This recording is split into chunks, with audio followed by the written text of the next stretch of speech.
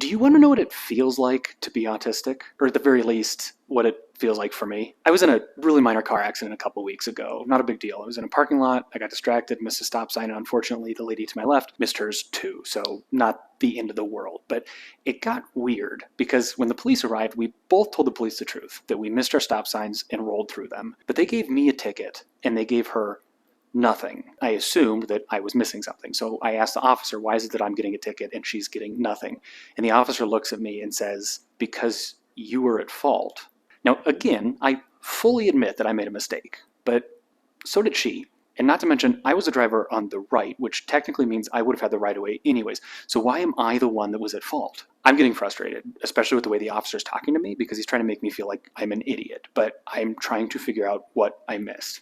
And do you want to hear this? Apparently, the stop sign that the other driver ran is one that everyone just knows is discretionary. Is that not the dumbest thing you have heard of? In 20 years of driving, I've never heard of this. So, of course, I want to find out more from the officer. And I guess there are more of them in town. It doesn't sound like they look any different than other stop signs, but people that have been around long enough know which ones they are. I'm asking the officer a lot of questions because I'm more confused than when the whole thing started, but the officer is obviously trying to leave. I'm trying to convince myself that he was in such a hurry to leave that he was just kind of giving me like half thoughts.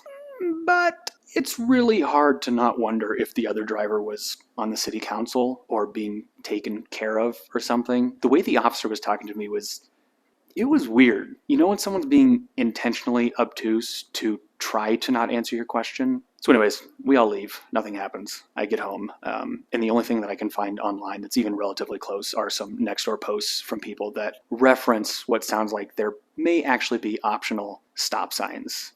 I don't know. But this whole experience, it's like fucked with my head because I thought I was a good driver. I thought I was better than most people. That's really the only reason that I've gotten back behind the wheel again. But I have considerably more anxiety. I don't even know how to find out what I don't know that everyone else just knows. Do not start ignoring traffic laws, people. That whole story, it was made up.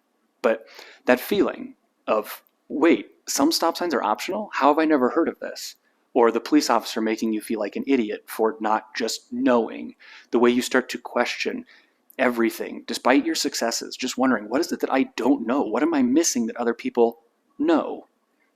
That is what my experience is most of the time navigating a neurotypical world.